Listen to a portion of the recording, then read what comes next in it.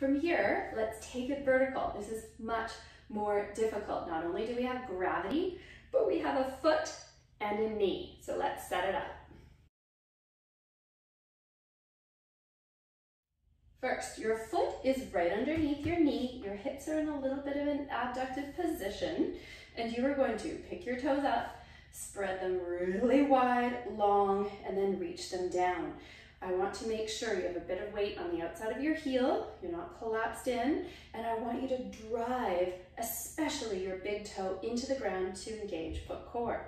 Knee is always going to be over the middle of your foot, not collapsing in. From here, let's pressurize. So from your tailbone to the top of your head, the most elongated straight spine that you can find. Remember, when hip is flexed, lumbar spine is relatively flat. There is usually not a curve in it. Your core is engaged 360 degrees around, and if your hands are around your belly, thumb into the kidneys, you're pressurizing out 360 degrees around when you breathe in. When you breathe in, pelvic floor expands, your abdominal wall expands, kidney area expands. When you breathe out, they concentrically contract. Maintain the pressure though. So now you have a nice cylinder. There should be no ropes in the back. There should be no holes in that kidney area. We have balanced muscle function. From here, let's just practice our hinge. So can you do a pure hip hinge without the back going into extension? Clean it up, control those ribs, good, and just practice your hinge for me. Once you have that hinge, let's load. So you're going to press again, big toe into the ground, more than anything else, and you are going to come up. Let's stay in this squat position.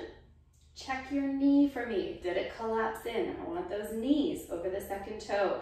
Did your pelvis dip forwards? That would be hip flexor. You're going to lose your cylinder. So keep that pelvis nice and open, that space here.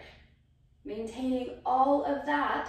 Can you rotate so that the left hip comes as close to the right knee as possible, but the right knee stays out?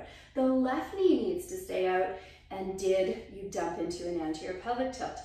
If you check your kidneys, are you still pressurizing? Do you have a long right waist? Lengthen it if you lost it.